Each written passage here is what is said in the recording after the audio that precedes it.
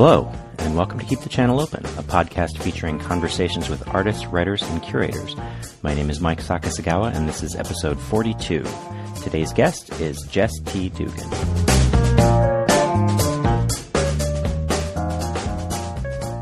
Hey, folks. So I'm very excited about today's show, so I thought rather than do a normal monologue, I would just jump straight into introducing this week's guest, and that is photographer Jess T Dugan. Jess is one of my favorite portrait photographers living and working today. Her book, Every Breath We Drew, is one that I've returned to many times in the couple of years since it was first published. You know, like a lot of the best art, it's a little hard to articulate exactly what it is that makes Jess's work so amazing, but I think what it comes down to for me is this deep sense of connection that is palpable between the artist and subject in her portraits, which then allows me as the audience to feel and participate in that connection. It's really just breathtaking, so I was really pleased to get a chance to talk with her. I'd like to go ahead and read the artist statement for Every Breath We Drew. So, Every Breath We Drew explores the power of identity, desire, and connection through portraits of myself and others, working within the framework of queer experience and from my actively constructed sense of masculinity. My portraits examine the intersection between private individual identity and the search for intimate connection with others. I photograph people in their homes, often in their bedrooms, using medium and large format cameras to create a deep, sustained engagement, resulting in an intimate and detailed portrait. I combine formal portraits, images of couples, self-portraits, and photographs of my own romantic relationship to investigate broader themes of identity and connection, while also speaking to my private individual experience. The photographs of men and masculine individuals act as a kind of mirror. They depict the type of gentle masculinity I am attracted to, yet also the kind I want to embody.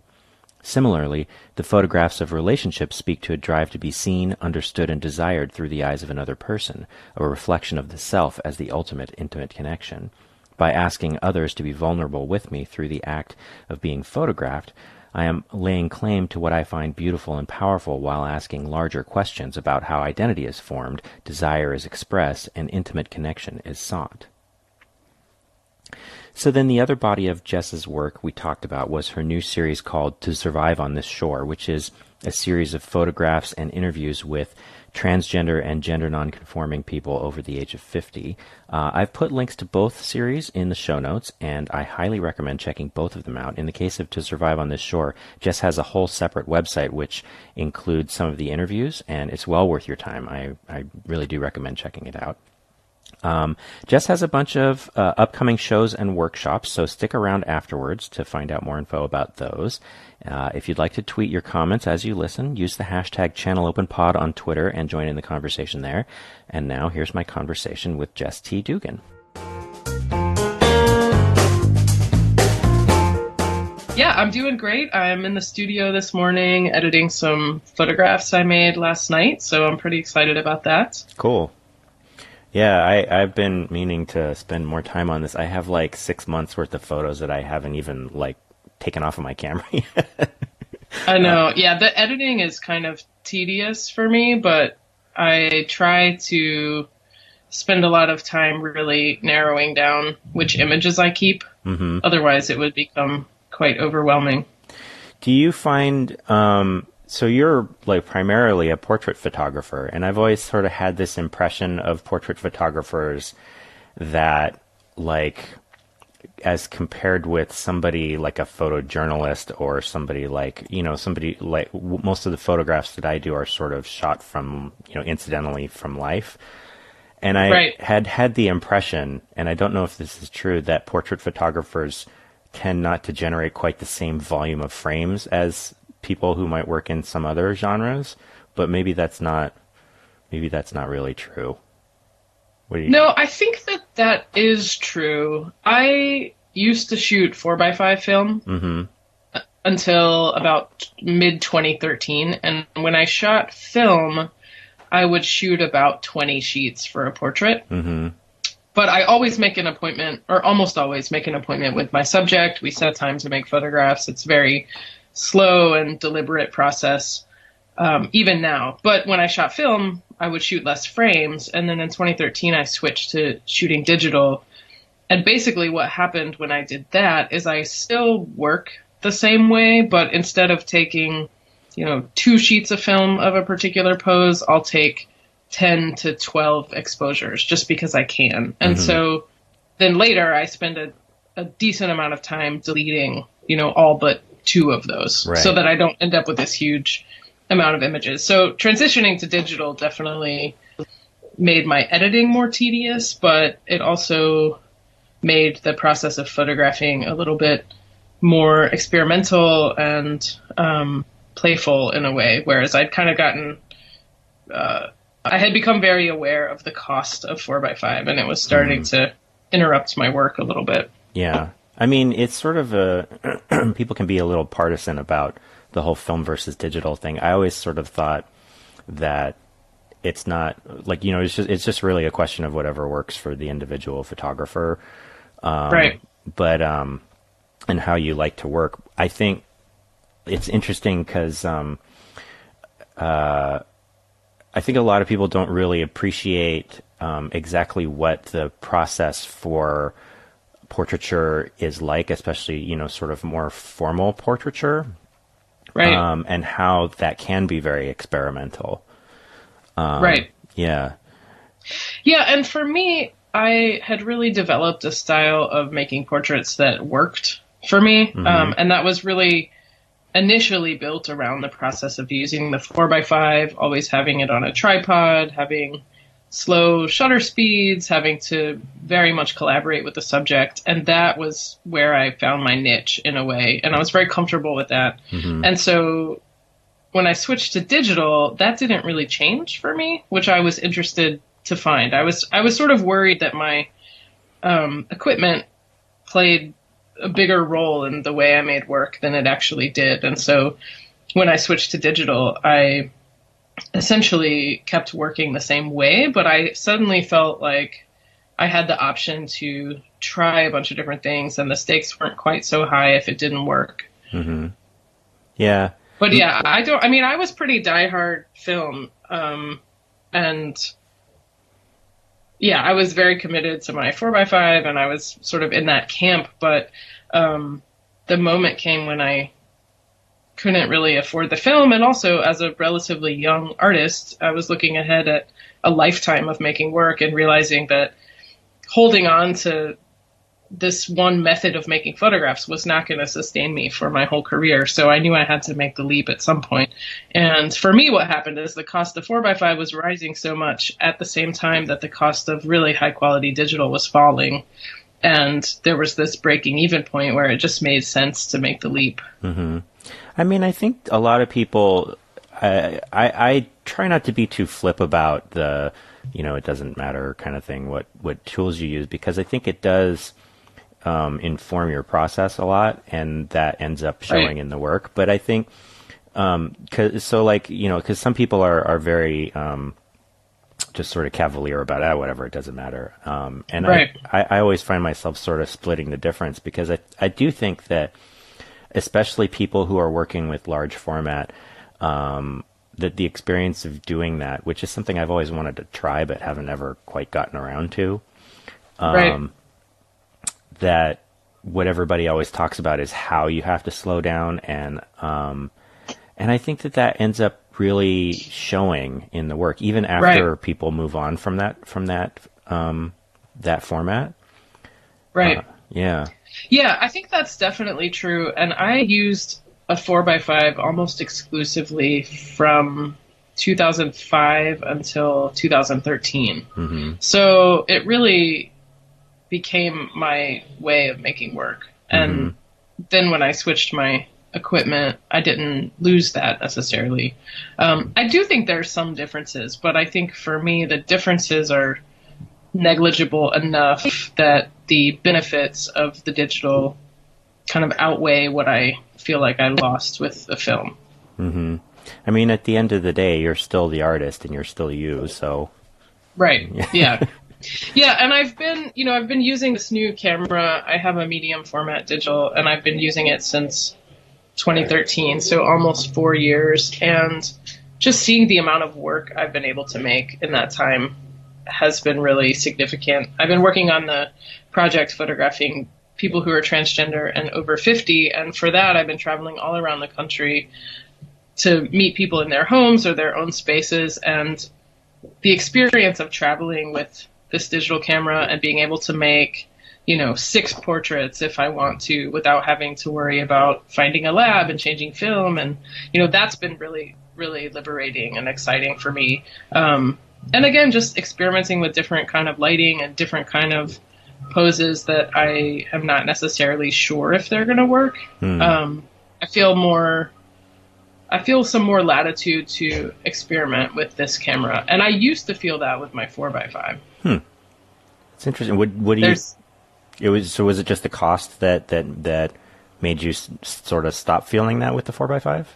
Yeah. So, when I first started making work with a 4x5, I was shooting black and white, and the film was fairly affordable. I was developing it myself. And then at some point I switched to color. And I started grad school in 2011 and was shooting color film. And at that time I could get a box of 50 sheets for between $90 and $95.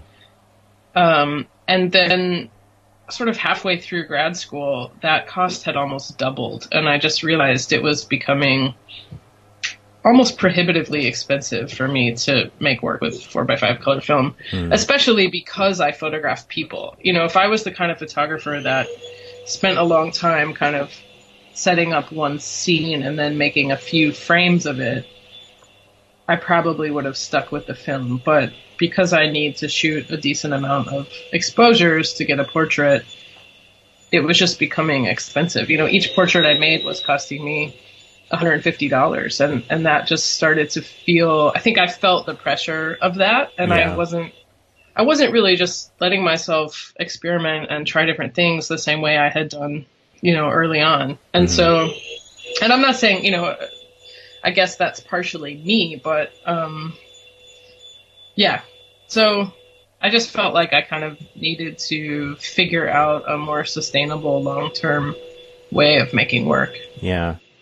And also the amount of time involved in, taking the frames, making the contact prints, choosing which one to scan, fixing up the scan, printing that one. If I went through that whole process and then decided, oh, actually, I want a different one, it became sort of daunting. I mean, I hate to talk about it so much in terms of like technical stuff, but I was finding the process a little expensive and also really, really time consuming in a way that didn't necessarily benefit the work, I don't think. Yeah. Well, you want to have your methods and process be things that support the work, but and then if you find yourself doing a lot of extra tasks that aren't really, they're just sort of incidental, then that's really just taking time away from what you want to be doing. Right. Yeah. So the project you mentioned about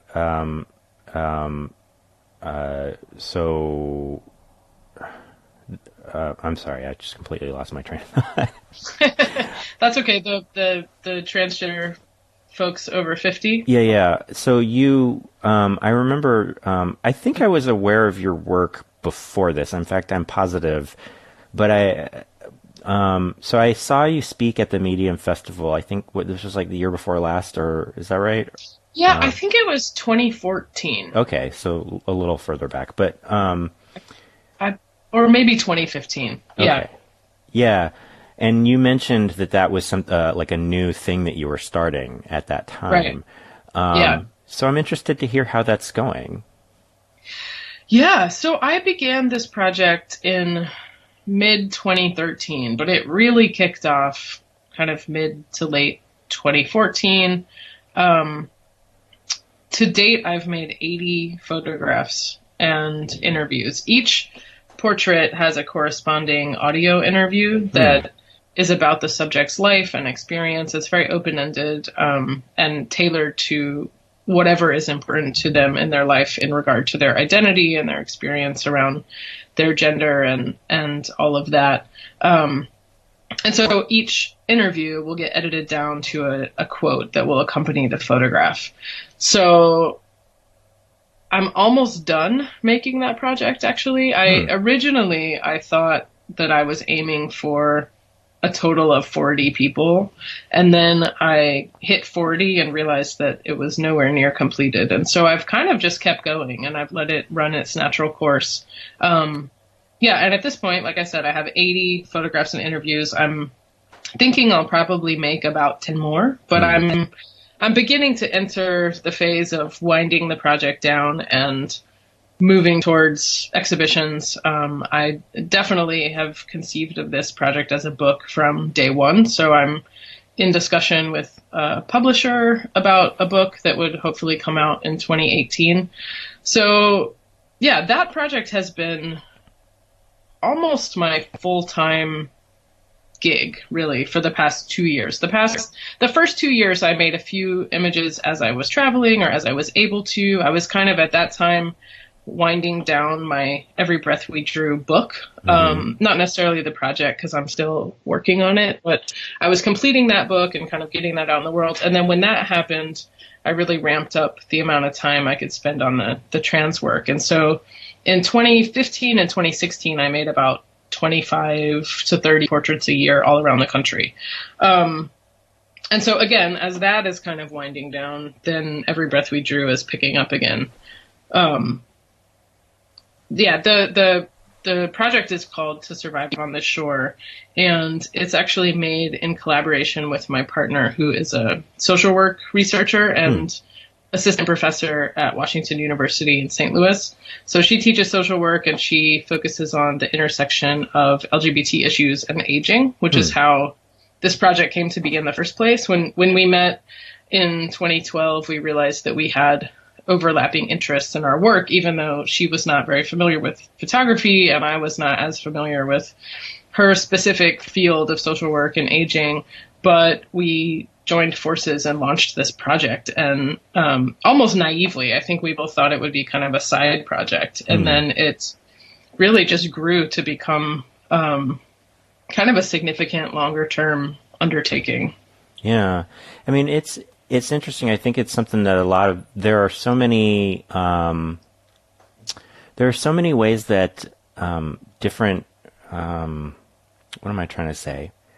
That the intersection of different communities can operate in ways that are unexpected when you're part of one or the other of those intersecting communities. I find that that I think, like, the LGBT community in general, like many marginalized communities, lacks a certain representation, a level of representation in the wider media, but that's especially compounded by when you bring age into it, especially since our culture in general is so youth obsessed. So this project of yours was really interesting to me when I first heard you talking about it. Do you find that because this is an intersection of, because you're fairly young, right? This is an intersection of a community that you are part of with a community that you're not part of. Do you find that affects the way that you make the work? Yes, I do think so. So in a way, I am part of the larger, I'm definitely part of the LGBT community, and in a way, I'm part of the sort of broader term transgender community. And I've been making work within the trans community for a long time. So I think that was important in terms of me already having some trust built and already having, sort of proven where my interests lie and kind of how I photograph people. So that was significant. But I do think in this project, for the first time, really in a significant way for me, I am actually very much photographing, I don't want to say outside of my community, but I'm photographing across a bunch of different lines. I'm photographing across racial lines, class lines, age lines. I mean, I guess those are not lines, but I'm photographing people who have a very different identity than I do. Mm-hmm. And that for sure has been a different kind of negotiation for me. Mm. We're very aware, both Vanessa and I, the point of view and the life experience that we're approaching this from. And so we've tried to be very mindful of that throughout the work. And from the beginning, we've been really committed to making sure that the project is diverse in kind of every way that we can. And so we identified those categories as racially diverse in terms of different gender identities and presentations. So we have people on the female to male spectrum, we have people on the male to female spectrum, and we also have people who identify as genderqueer or non-binary or live part-time, somewhat in the middle area. We also were seeking socioeconomic diversity, diversity around geographical locations. So we have big cities, small towns, middle of the country, coasts, and then also diversity in terms of life narrative. So some of the people in the project transitioned in 1971 and other people transitioned in 2015. Or 2016. So we've been really, really intentional about, including a broad range of people. And that has taken some time and some legwork and some community building and networking. It would have been pretty easy for me to go to either a bigger city like New York or San Francisco and make 50 portraits, or to go to like a national transgender conference and make 200 portraits. But I just felt that the work would be lacking some depth if I did that. And so, in addition to seeking out a broad range of people, it's also really, really important to me that I go to where they are, which is logistically and financially more complicated. But I think it really changes the work to, spend time with people in their homes, make photographs in their homes, or, just outside their homes or other place that's important to them. And as the project has gone on, I've allowed more and more of the environment into the photographs too. So, some of them are outdoors and they're obviously, Chicago or New York, or I just made one in rural Arkansas, and we made it outside in this kind of lake mountain landscape. And, so some of the pictures themselves actually have a lot of information in them about location and kind of the person's identity within the space that they live. Yeah. I mean, go ahead. Oh, I should say, I took kind of a tangent from answering your question, but I am very aware with this work that the people I'm photographing don't necessarily share all of the aspects of my identity. And so depending on which one of those I'm navigating, I do try to be very conscientious and mindful of kind of how I come across, and representing each person I photograph as honestly and in as complex of a way as I can. Yeah. And the thing that you were saying about including more of the environment, especially when it's something, that so much of a person's life experience is informed by the spaces that they inhabit. That's really an interesting thing to hear you talk about. Right. Yeah. And I also, this was true for me in my other work, but is perhaps more noticeable in a way in this project. I also think there's something really subtle that happens photographically when you're photographing someone in their own space versus being out somewhere that's unfamiliar. I think there's a kind of calm and like a sense of ownership of the space, and a ability to be more, I don't know if comfortable is the right word, but to me, it's pretty important to be photographing someone in a space that feels like theirs. I just feel like they can relax and be present in a different way. Yeah. It's something that I even think about just like with this show, that, I really want this show to be, more of a collaboration than an interview. And, And I feel that a big part of, a lot of the things that I try and do with this show have to do with, finding ways to allow the people I'm talking to set more of the parameters of the conversation. And that I have found very rewarding just personally, but also I think that it brings a level of, it brings something different to the conversation, and I can definitely see that happening photographically as well.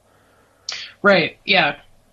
Yeah. I think, photography is always slightly unequal. I don't think it's possible to ever truly level the playing field, so to speak. But I think the way that I work is designed to give the subject a lot of, I don't want to say authority over the photograph, but it's designed to allow the person to present themselves in a way that feels authentic and validating. And, at the end of the day, of course, it's still my photograph, and I've made all the visual decisions. And, people often want to know if I direct my photographs, and I do. I direct them fairly heavily, but I always view it as directing the person into the most authentic version of themselves, or basically kind of helping them into a visual shape, but it's responsive to who they are and their environment. It's not me kind of coming in and enforcing a character on them. Yeah.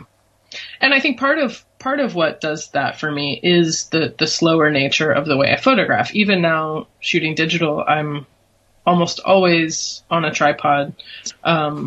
Ironically, the photographs I made yesterday, I had to handhold the camera because of the landscape. I couldn't actually set my tripod where I needed it, but that's very unusual for me. I'm almost always on a tripod. My shutter speeds are slow, and so the person that I'm photographing is very aware of the exact moment that I make the photograph, and that is really essential to me. And the photographs for me that work, that I look at and I'm like, yes, that's the one.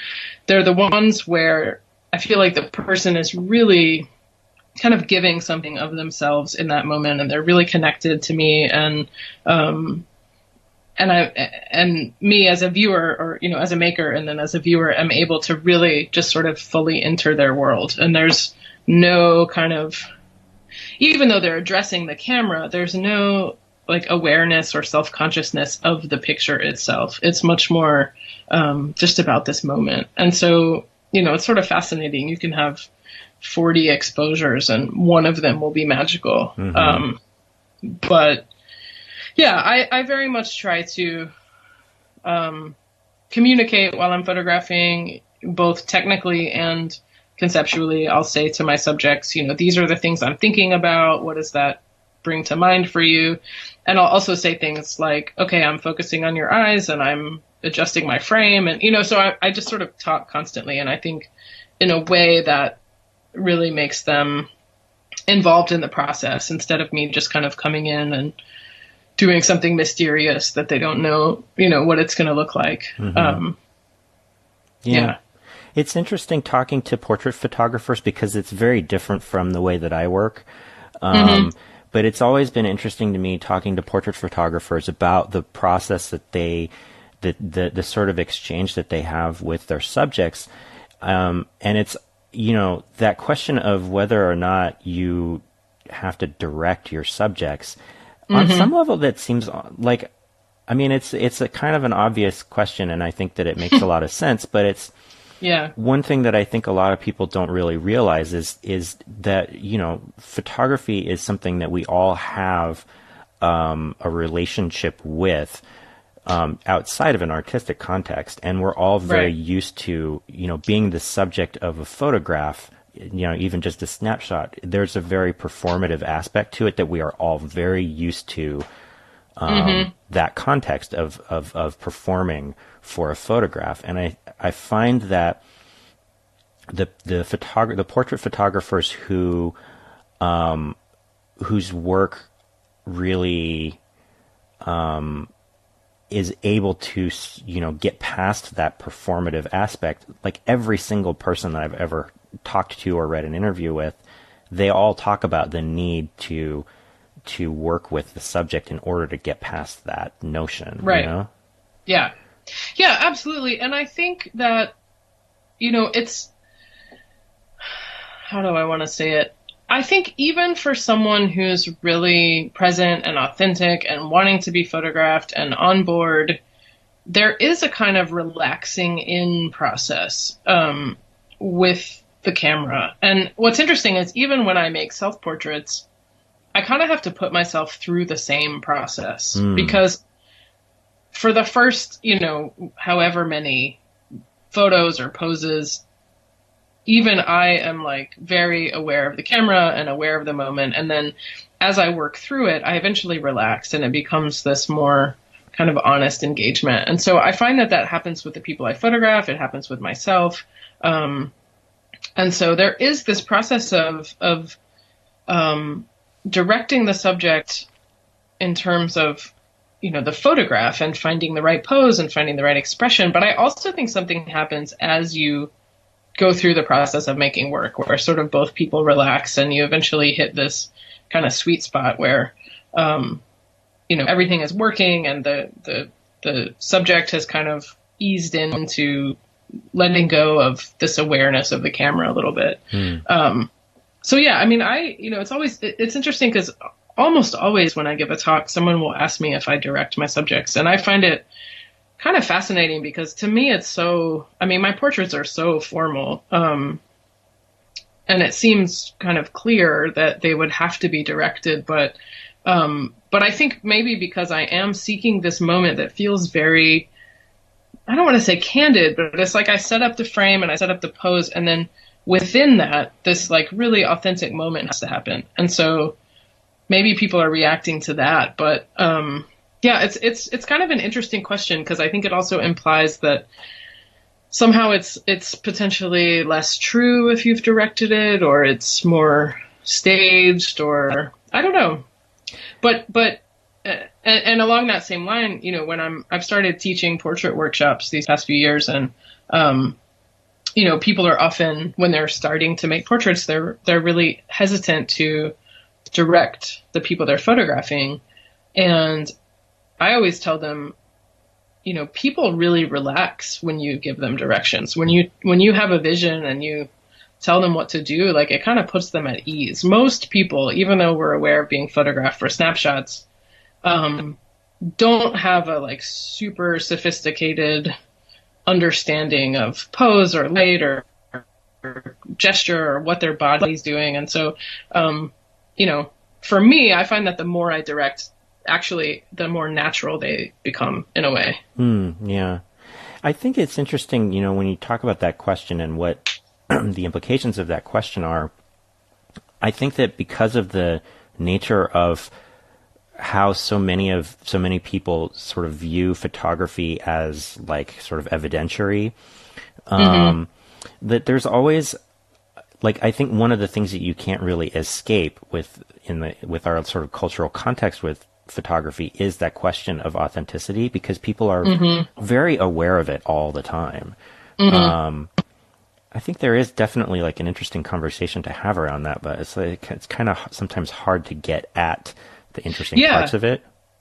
Totally. Well, and it can be a really subtle distinction, actually. For me, I like to think of the examples of, my project, Every Breath We Drew, which is all portraits, almost all portraits. There's a few still life images, but it's very much about people that I specifically am responding to, that I'm drawn to them.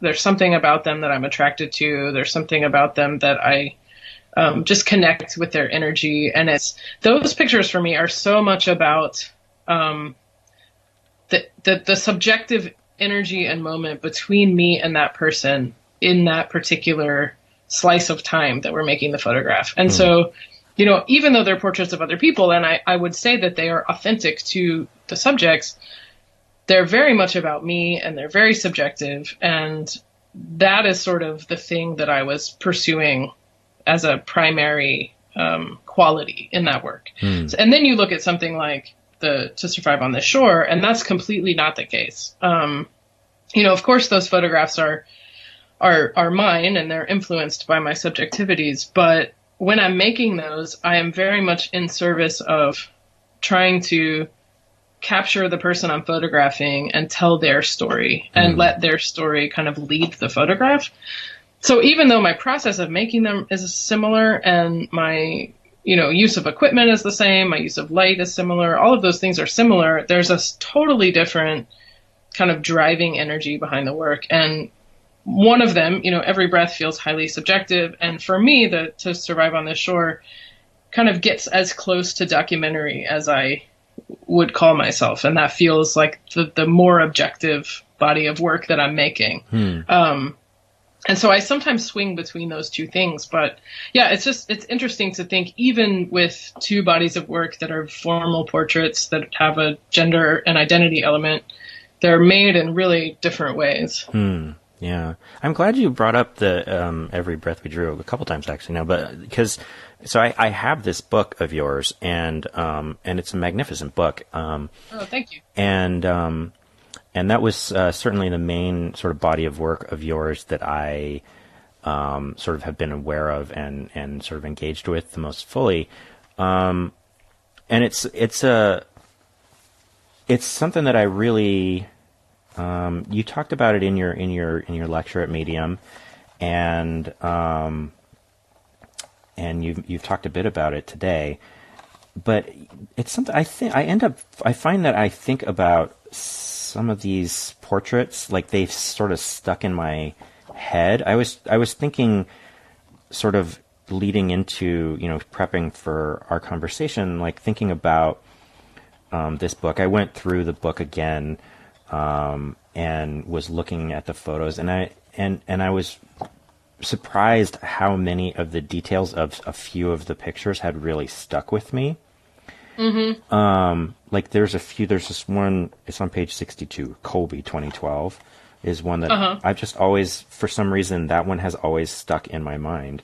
I'm not really sure exactly what it is, but there's a quality about these photographs that is very intimate, and that's something that I've always found very impressive when portraitists can sort of manage that with their work. Yeah. There's another one in here that I hadn't remembered, but then I remembered, like I was like, oh yeah, wow, I always loved this one. It's called Devotion. Like the style of, not style, but like the types of photographs that you are mixing in here, whether it's self-portraiture, formal portraiture. This one is sort of seems more, I'm sure it's not, but it seems more spontaneous, I guess. And then the still lives, I don't know, it just really works really well. I really love this book. Oh, thank you. Yeah, thanks. It's nice to hear because, it's always interesting when I try to talk about Every Breath We Drew, because the parameters around its making were so subjective that it doesn't have an easy tagline, like, To Survive on This Shore. I say, oh, I'm photographing transgender people over 50. And that's very quick and easy for people to understand. But Every Breath is really more complicated for me. And in a way, I think it is something that, that book is kind of like one chapter of my ongoing portrait work. And I don't think it's something that's ever really going to be finished necessarily. But yeah, I feel like some of the strengths in that project are subtle. And so, some people really, really, really respond to it, and other people like have a harder time kind of pinning down what it's about in a way.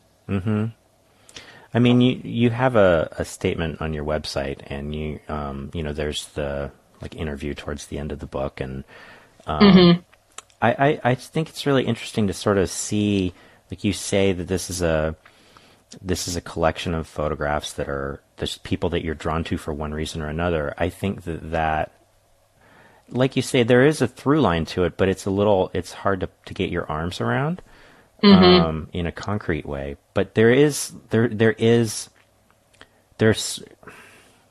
if not a narrative through line, there's an emotional through line. Right. If that makes sense.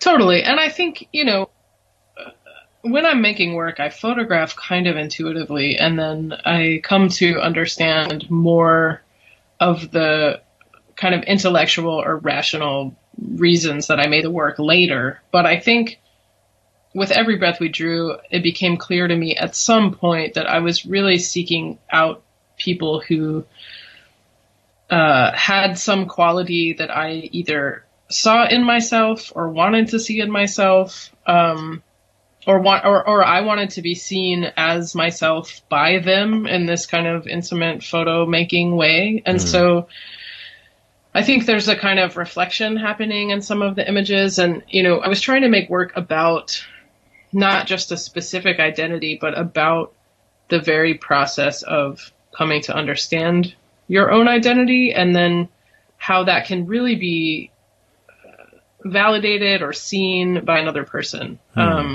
So I was thinking a lot about this process of kind of like really seeing another person and having your sense of self, or not validated, but thinking a lot about how someone else's subjectivities really affect how they see you, and vice versa. And so the things I was after were kind of slippery, and also this idea of kind of wanting or needing a relationship, whether romantic or communal, or social, but this kind of need we all have to be in relationship with other people. And so that for me is how some of the still life images really fit in, because I think there are 7 of them in the book, and they are all things that come into contact with the human body somehow. So there's boots, there's jeans, there's pillows, there's a table with 2 chairs. But they're all images of pairs of things. So I was trying to think about how to talk about this need for a relationship or desire for a relationship without just, photographing couples necessarily. So yeah, it's like the photographs were trying to get at kind of bigger ideas surrounding things like identity and relationship, but I didn't want to just illustrate them. Yeah. It's reminding me of something my therapist likes to talk about all the time, how there are these 2 sort of fundamental drives that all human beings have, that you have a drive to be a self and you have a drive to be in relationship. And those are always fundamentally in tension. And it's interesting because, in these photographs you have, like all of the photographs, or almost all of the portraits are of individual people. And yet throughout there is always a sense of some form of connection, although there's sort of a diversity of different kinds of connection, I feel like. Yeah. And it's an interesting thing. There's the other thing that I really responded to in your statements, and that I've read before, that you were interested in a certain type of masculinity. And I think that's really a fascinating thing. And I actually think that this is a valuable conversation for like even straight cisgender men to be having, that that these photographs, so many of them, whether they're of trans men or of cis men, that there is a really there's a sort of generous vulnerability to them, which is not something that is sort of part of the general, cultural conception of masculinity, but it could be. Yeah, no, absolutely. And, I came to this place because of my specific identity and figuring out what kind of masculinity worked for me, as a female-bodied, gender variant person. But what's been so interesting about kind of putting this out in the world and making work is exactly what you said, how much it resonates with really anyone who faces these pressures around masculinity. And, it's interesting you were drawn to the picture of Colby, because he is sort of a perfect illustration of this overlap or connection. I gave a talk in Columbia, Missouri in 2011 when I had just barely started Every Breath We Drew. And I met him then, and we, I think at the end of my talk, I had said, I'm starting this new project. I'm really interested in gentler masculinity and making photographs that capture kind of strength and vulnerability. And he approached me after the class, and we ended up, keeping in touch. That idea really resonated with him, and he wanted to be in the work. And so I think I made that picture about 6 months later in Chicago, and we've actually kept in touch since. I photograph him somewhat regularly.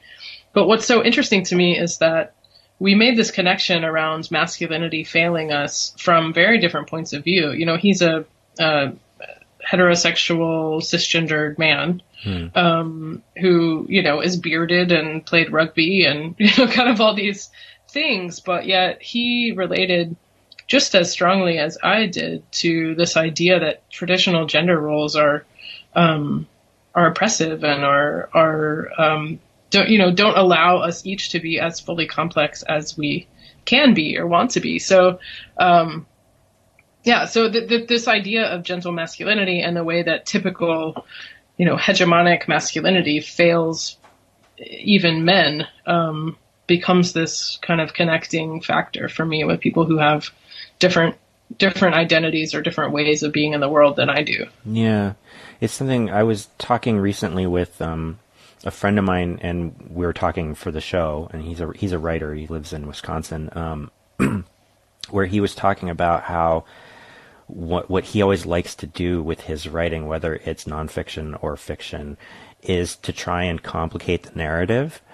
And I think that's such an important thing to do because, there is no such thing in real life as a simple narrative, but everybody tries to force life into a simple narrative. Right. And that ends up being harmful for people, like all kinds of people. Right. Yeah.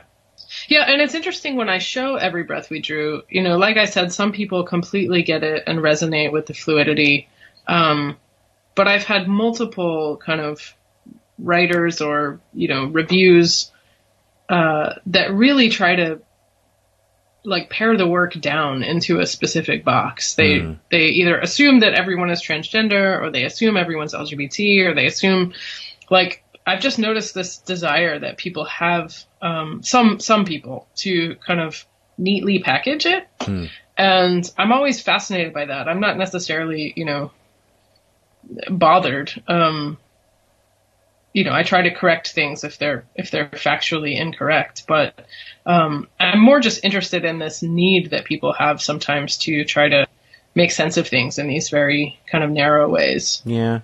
I think that's sort of the general expression of fragility, right? Like people, I was talking about this because I'm sort of very involved recently with political activism, and something that I think about a lot is how I think something that holds people back from being more engaged politically is this sort of idea that a lot of us have, that we ought to be able to be completely comfortable all the time, especially when we are considering what our own complicity in the status quo might be. Like everybody wants to think, well, I'm a good person, so, whatever. I don't have to think about that kind of stuff. Right. And I think that having control over the narrative, at least even if only in your own mind, is a way that people try to exert some form of authority and having that comfort. Right. So, but yeah. Well, yeah, and I think in terms of identity and trying to figure out someone's individual identity, I think we're also taught from really early on that the way we interact with someone is different depending on what we perceive their identity to be. And so I think when people kind of lose that foothold that they think is a fact, which really is not, then they almost don't know what to do. And so, yeah, it's kind of, it's interesting for me because I sort of want to put people in that place where where they're really engaging with just the humanity of one person in that moment. But also, throughout the body of work, I do want people to be kind of questioning their own assumptions around, how they are responding to the people, how they respond to someone if they can't necessarily identify their gender or sexuality, how they feel being in these kind of intimate moments with people that they probably wouldn't be in their day-to-day life.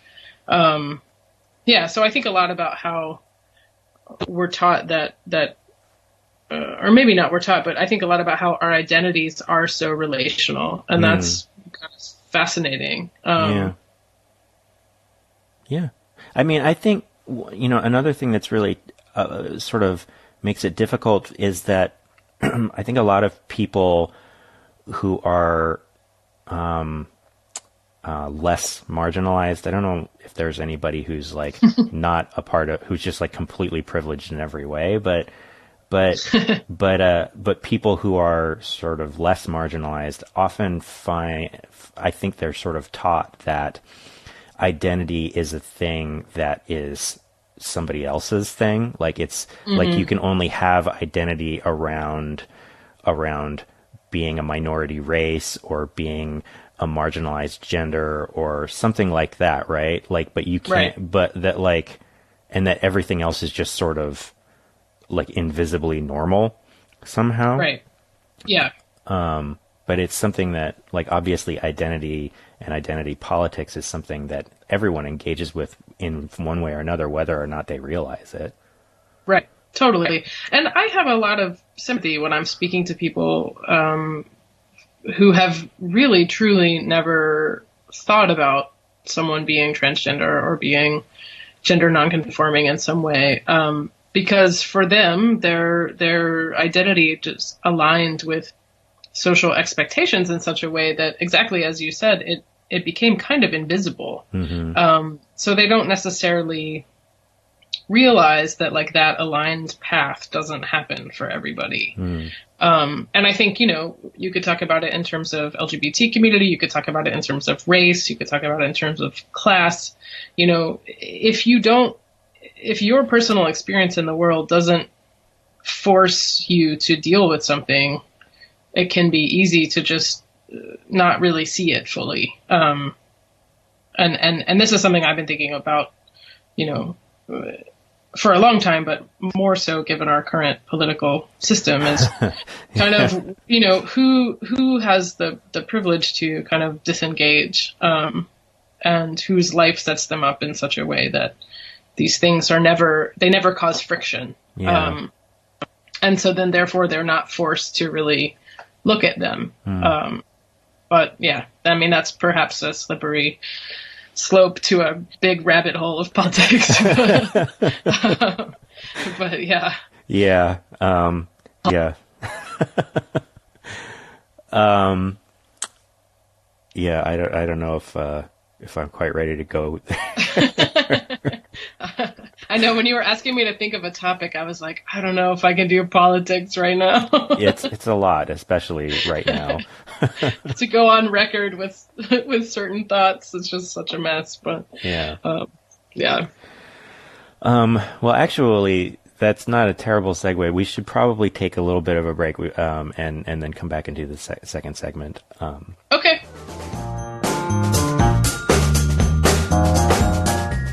So for the second segment, I always invite my guests to bring a topic of their own, and that can be anything that they want. And so what would you like to talk about today?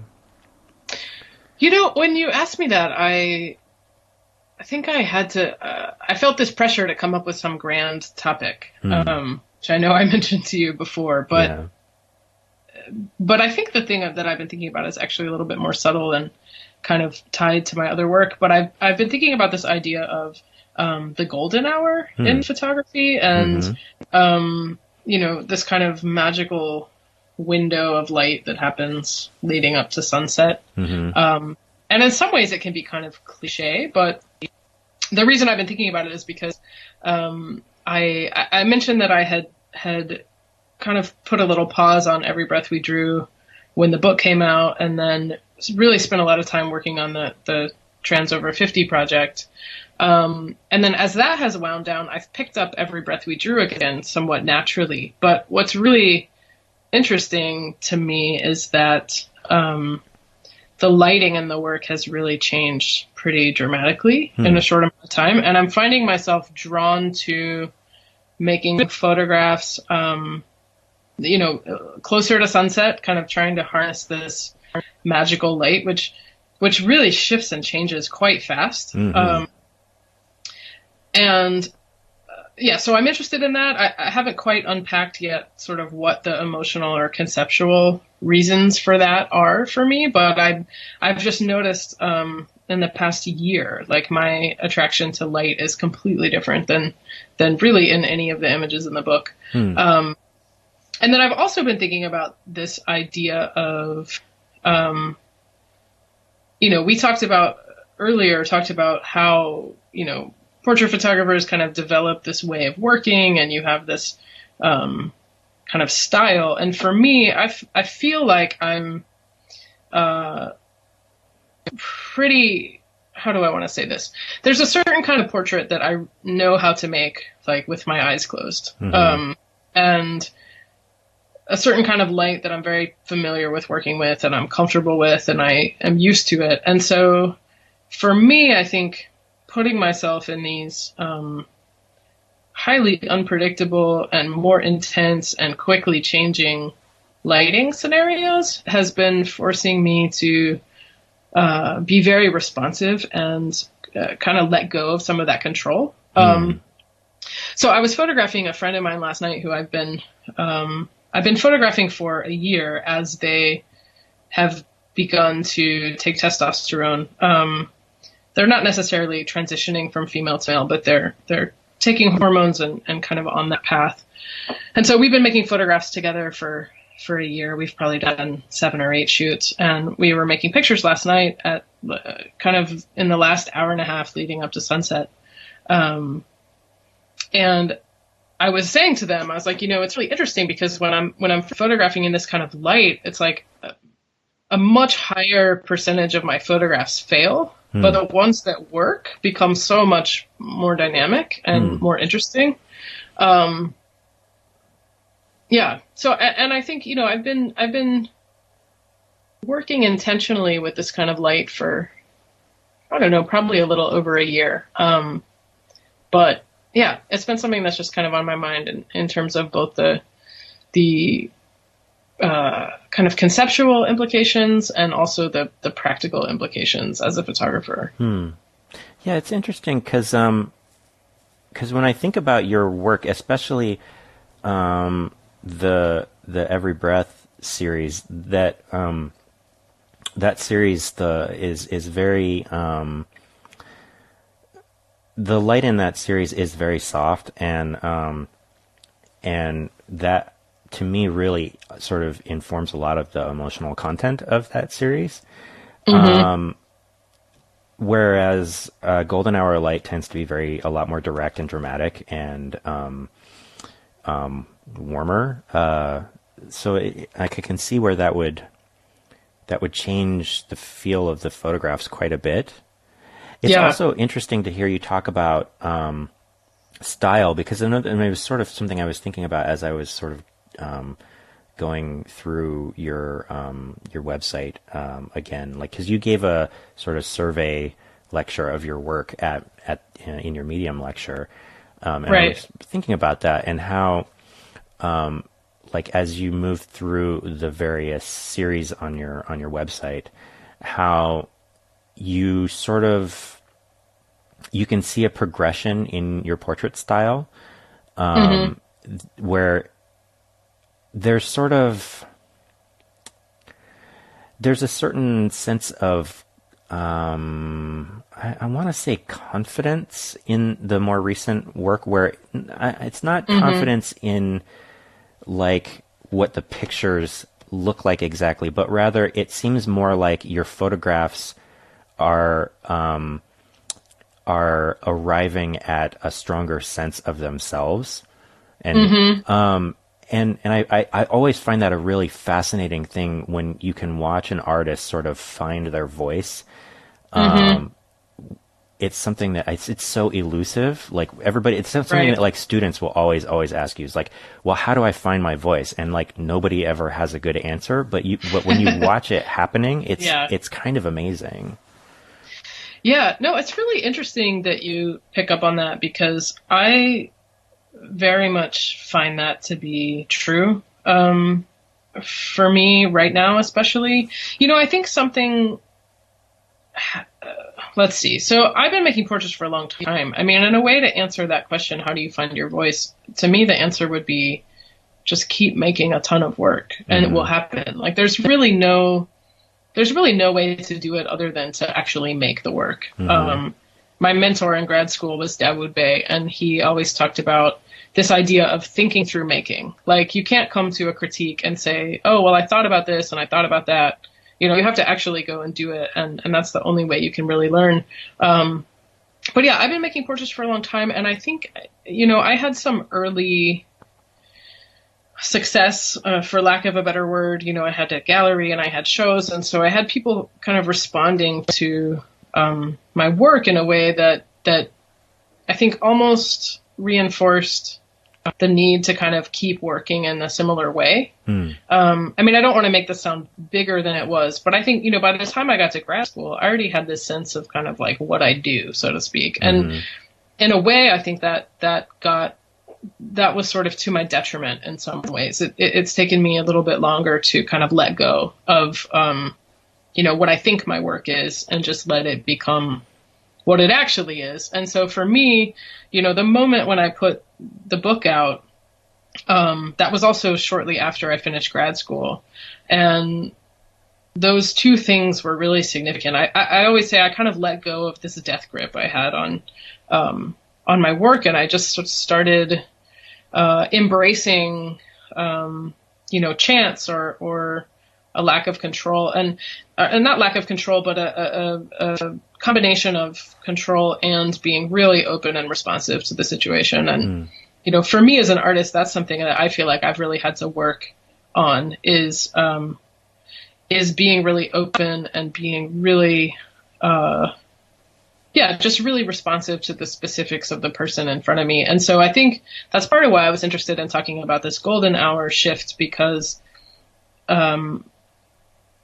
a significant part of it for me is that I am now confident enough in my own ability to respond that I'm interested in kind of throwing a wrench in my process and seeing what happens in a way that before I think that seemed scary or, I wanted to know that if I did a photo shoot, I was going to get a good photo, and I was going to get at least one that I could use.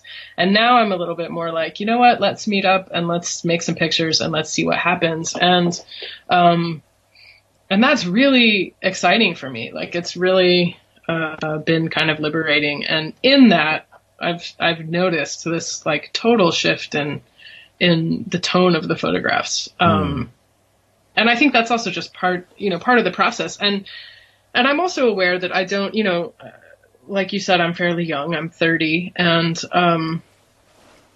I very much see the rest of my life being spent making photographs. And so I want to continue to find things that are challenging and do things that are new and exciting. I think even at a young age, it can be easy to kind of get in this rut of one thing that you do and you do well. And it can be more challenging to kind of push beyond that. But yeah, so I don't know. I'm kind of in this place where I'm really enjoying just, making the circumstances and then seeing what happens. And I think interestingly, the new pictures I'm making, I'm calling them Every Breath. I'm saying like, oh, I'm still working on Every Breath, but it may in fact become something a little bit different as it develops. But it's kind of the people I'm seeking out are kind of in that style. So the new pictures, I think, were really informed by my process making the pictures for To Survive on This Shore, because over the course of that 4 years, I went from making pictures like inside in this soft lighting in a minimal environment to kind of opening all those things up, like making more environmental pictures, trying different times of day. Some of that was out of necessity because you travel to somebody's house, and if their light isn't good, you have to kind of figure it out on your feet. But yeah, so the shift I made making that work, I think, is really informing the new pictures for every breath, which is interesting to me. Yeah. I mean, it's interesting to hear you talk about, wanting to sort of change things up and how that has sort of altered, your sort of perception and your process. I find it interesting because I have this impression that a lot of artists, at least a lot of the good ones, find themselves at some kind of point like that at some point after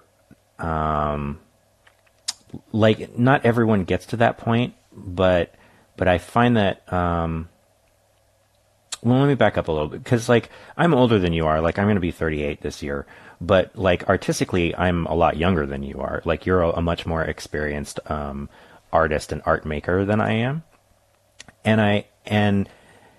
So like I find that like a person's chronological age a lot of times doesn't completely inform where they are in that process of finding their voice and in like in where they might be in terms of, having control over that thing or letting the work be what it is versus finding out what it is, or, intentionally trying to change things up. Like for me, in many ways, I still wrestle a lot with, what my work has been so far, and like whether I have a responsibility to continue doing that kind of work, or whether, and also obviously like whether like, I ought to continue doing that just out of some sense of, it being a good idea, because that's what people are sort of familiar with already. But I think it's really fascinating to see when people find that place where they realize that they're comfortable and probably could continue going in this direction and choose not to, because like my feeling is that those artists who do that are the ones who end up having more growth and more dynamic careers and a more sort of diverse and interesting body of work over their lifetimes. Right. Yeah, it's such an interesting process and challenge. I mean, I had so many thoughts as you were saying that. I think one thing for me is I feel lucky that I found photography pretty young. I, discovered it in a formal way at the very end of high school, and I just totally hit the ground running in college. And I went to college really young. So I've been kind of at it in a very intense way for 14 years, which I know for other people, they've been at it much longer. But so I think that's significant. Like I've just been totally obsessed with making portraits and kind of had tunnel vision in a way in terms of what I've been working on. But I think I also, it was definitely my struggle in grad school to just kind of let go a little bit of what I thought my work was. And I think that's really, really hard, because there's this process of making work that is very intuitive and emotional, and especially the kind of work I make. I know it's not the case for everybody, but, my best work comes when I'm like really responding photographically to something that feels very salient in my life at that moment. Like there has to be a kind of spark or chemistry in the work I'm making. And I think it can be tricky to kind of stay true to that as it changes, while you're also trying to manage the sort of public and business sides of being an artist, because there is this pressure to kind of name what your work is about and put it out in the world in a certain way and build this kind of thematic trajectory of your career. So I think sometimes the making and the showing are kind of at odds with each other. But but yeah, I agree. I mean, and I also recognize as I'm saying all this, it's not like, the changes in my work feel much bigger to me, I think, than they would to someone viewing it. I remember when I first got to grad school, I called a friend and I was like, I'm doing something totally different. And then I like told her about Every Breath, and she was like, oh, I thought you were going to like be photographing architecture or something. Like, that's not totally different. It's just like the next like layer of the same investigation. But yeah, I don't know. I think, and also something happened for me when I put the book out that I could kind of relax, like professionally. And, this is something I perhaps don't talk about so much on record, but I do think there's this pressure to kind of hustle all the time and get your work out there and get in shows and get certain grants and get certain things. And something happened for me when I had the book where I just felt like, okay, like I have done that, and that can kind of speak for me for a few years. And so I can just relax and like, not relax. I mean, I'm not in terms of like not working, but I can relax in terms of these voices in my head about like what I should be doing career wise or what I should be making, and just really kind of return to the core of the process of creating things. And so that's been really liberating. Because I do think there's a lot of pressure when you're sort of trying to get the ball rolling career-wise to kind of position things in a certain way. Yeah.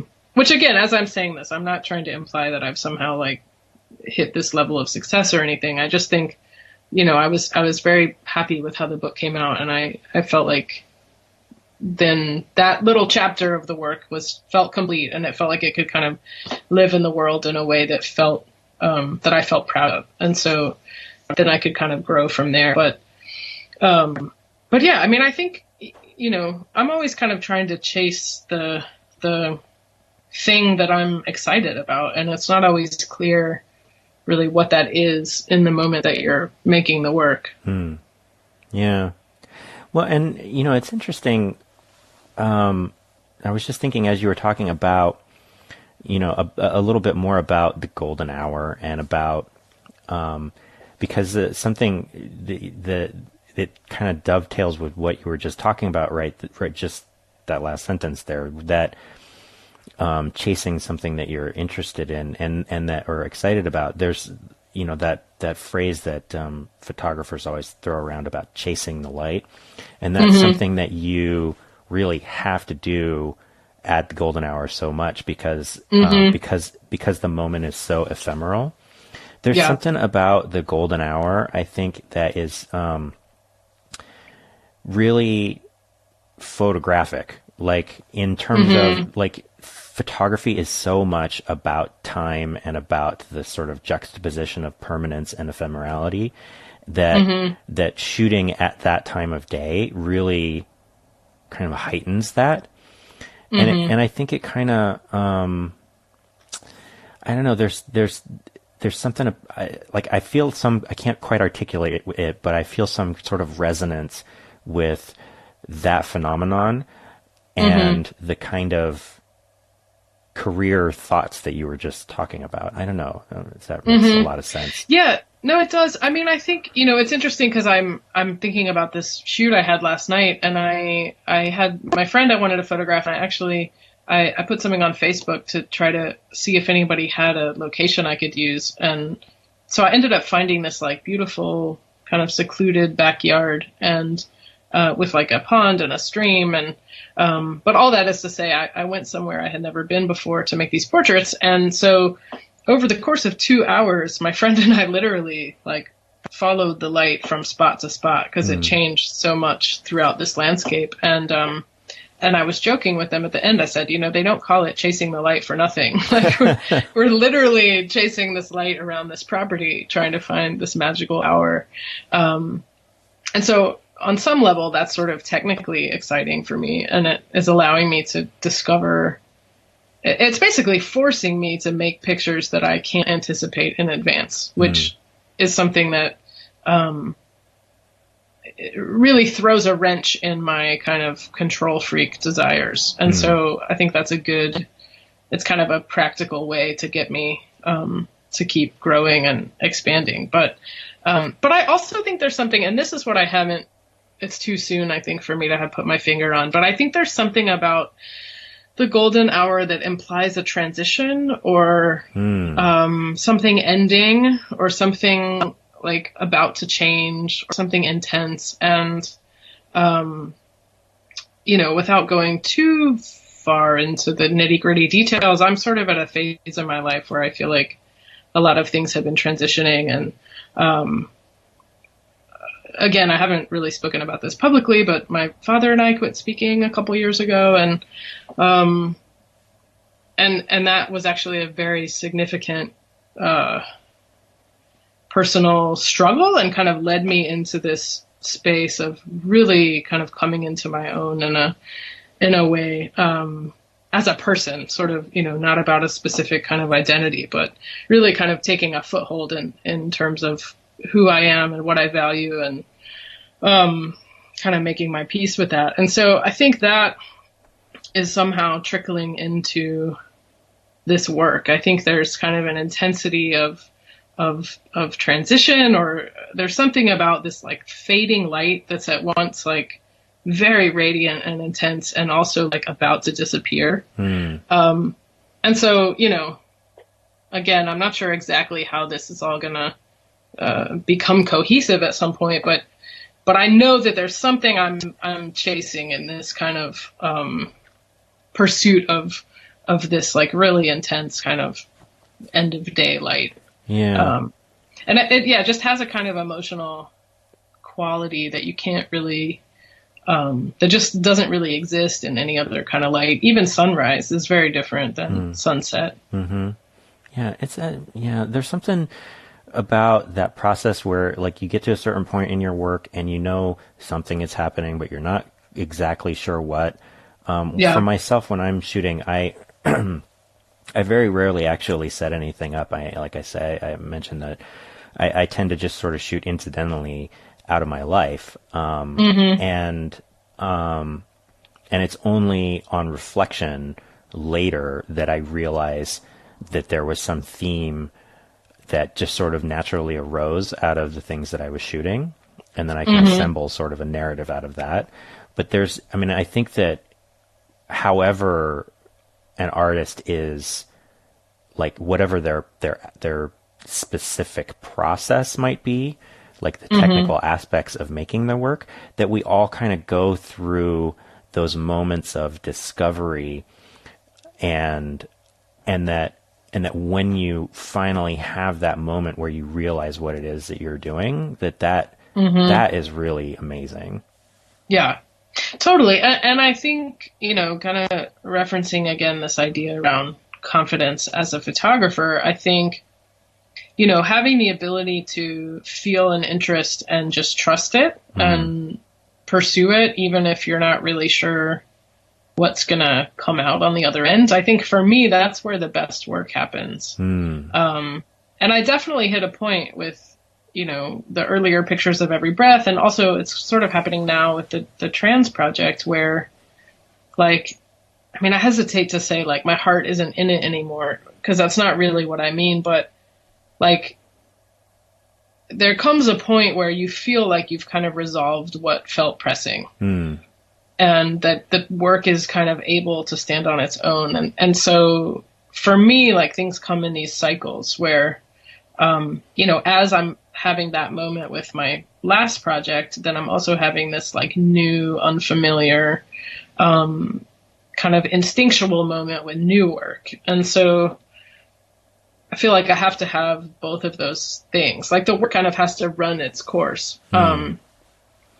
And yeah, it's funny to talk about in this way, because it's almost like the work exists kind of beyond the maker in a way. But yeah, I think there's this, for me, an important part of being an artist is being able to just kind of follow this meandering path and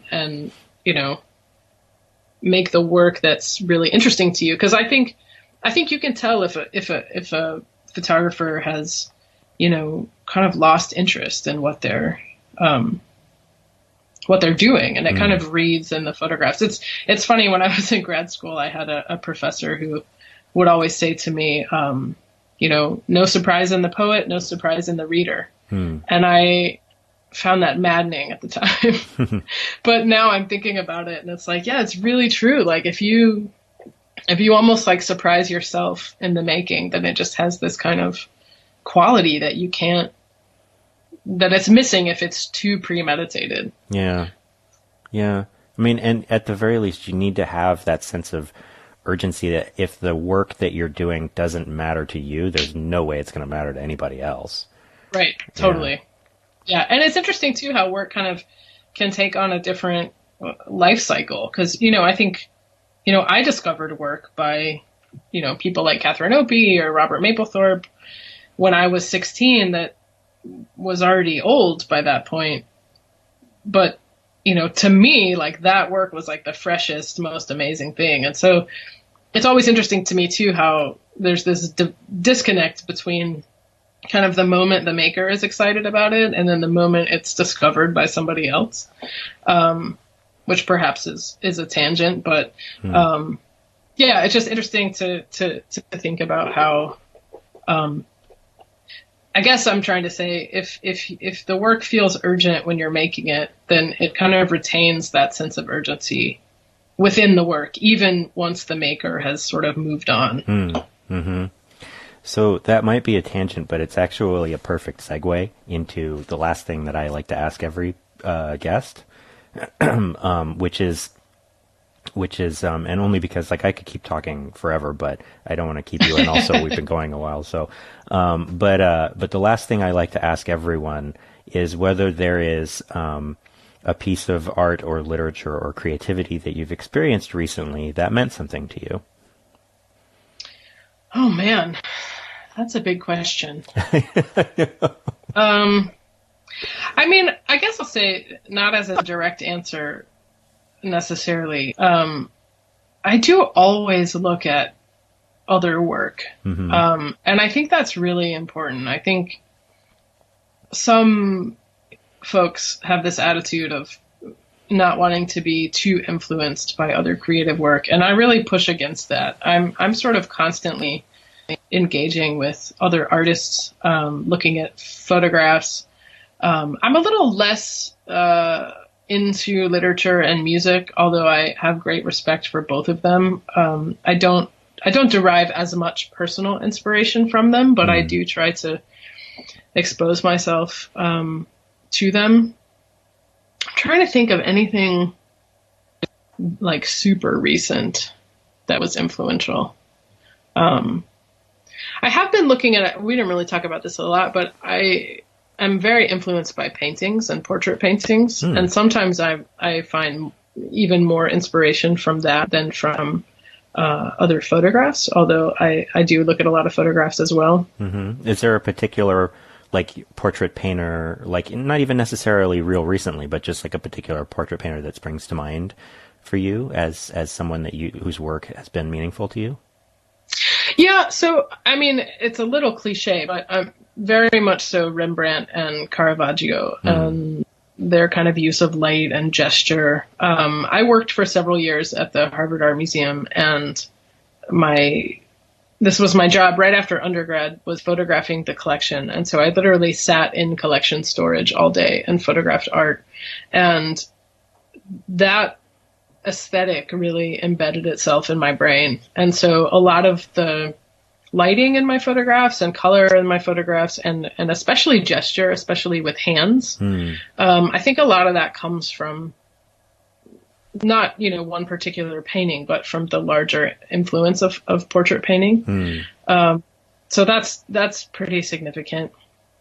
Great. Yeah. And then, yeah, I mean, it's sort of obvious, but I'm such a sucker for other portrait photographers. So, I spent several years in grad school working with Dawood Bey, and he is a huge influence, not only for his style, but also for the way he works within marginalized communities and kind of reasserts a sense of agency with his subjects. And Richard Rinaldi is a big favorite of mine. Catherine Opie was a very early influence. Yeah. So I'm kind of always looking, and I started the Strange Fire Collective in 2015 with 3 of my colleagues, and we seek out and promote work by women, people of color, and LGBTQ artists. And so I'm also always looking at sort of younger photographers and more emerging photographers for that, as well as more established photographers. But I try to keep my eye kind of on, everything that's out there in the world, both for my own inspiration and for that. So, yeah, I guess I would just say I'm kind of looking all the time. And I think that that things become evident in my work that, I wouldn't have necessarily identified as coming from one particular influence. Interestingly, I don't watch very many movies, which I've been told is a flaw for a photographer. And when I watch them, I like them, but it's, I know so many photographers who are really influenced by filmmaking and cinema, and for whatever reason, that has been a little bit less of a influence for me. And perhaps it's in part because the work that I make is so much about kind of slowing down a moment, and really creating a kind of psychologically or emotionally resonant space, and less about kind of a larger narrative. Well, but yeah, that was a very roundabout answer. I didn't give you anything really tangible to hold on to. No, I have been looking at, I've been having a moment where I'm really into Kerry James Marshall, which is also because he's kind of having this moment where his work is really getting a lot of recognition. But I've been looking at his work, and I recently saw a Dina Lawson exhibition that I particularly liked. Great. Well, thank you so much for talking with me. I really appreciate it. Yeah, of course. Thank you. It's been great. Okay, so as I mentioned at the top of the show, Jess has several shows coming up. In New York City, she will have work included in the Magic Mirror exhibition at Daniel Cooney Fine Art starting this week, June 22nd through July 21st. She'll also have work in the Aperture Summer Open at the Aperture Foundation from July 14th to August 17th. Further on this fall, she will have some new solo shows opening in St. Louis in September, in Switzerland in September, and in Chicago in October. For workshops, Jess has 3 of them coming up this year. There is The Intimate Portrait in Provincetown, Massachusetts from July 16th to the 21st. Then Getting Seen, Getting Shown, Professional Practices for the Fine Art Photographer. That's with Sasha Wolf at the Filter Festival in Chicago on September 21st. Then The Collaborative Portrait at the Santa Fe Photographic Workshops from October 23rd to 27th. All of that info can be found on Jess's website on the news page, which I've linked in the show notes. Also in the show notes, I put a link to Jess's book, Every Breath We Drew, available from Daylight Books. As I said at the beginning, I highly recommend that book, so do check that out. And that is our show. If you'd like to get in touch with me, ask a question, leave a comment, you can email me at podcast@keepthechannelopen.com. You can also follow me in the show on Twitter at ChannelOpenPod or on Facebook at facebook.com/keepthechanneleopen. If you'd like to support the show, you can subscribe to our Patreon campaign at patreon.com/sakeriver. That's patreon.com/sakeriver, sake like the drink, and river like river. Your generous donations are what make the show possible, and any amount is greatly appreciated. You can also leave a review on iTunes. That's another way to help the show, and there's a link in the show notes for that as well. Our theme music is by Poddington Bear. You can find more of his music available for licensing at soundofpicture.com. Next time, our guest will be photographer Susan Rosenberg-Jones, so be sure to come back for that. And until then, remember, keep the channel open.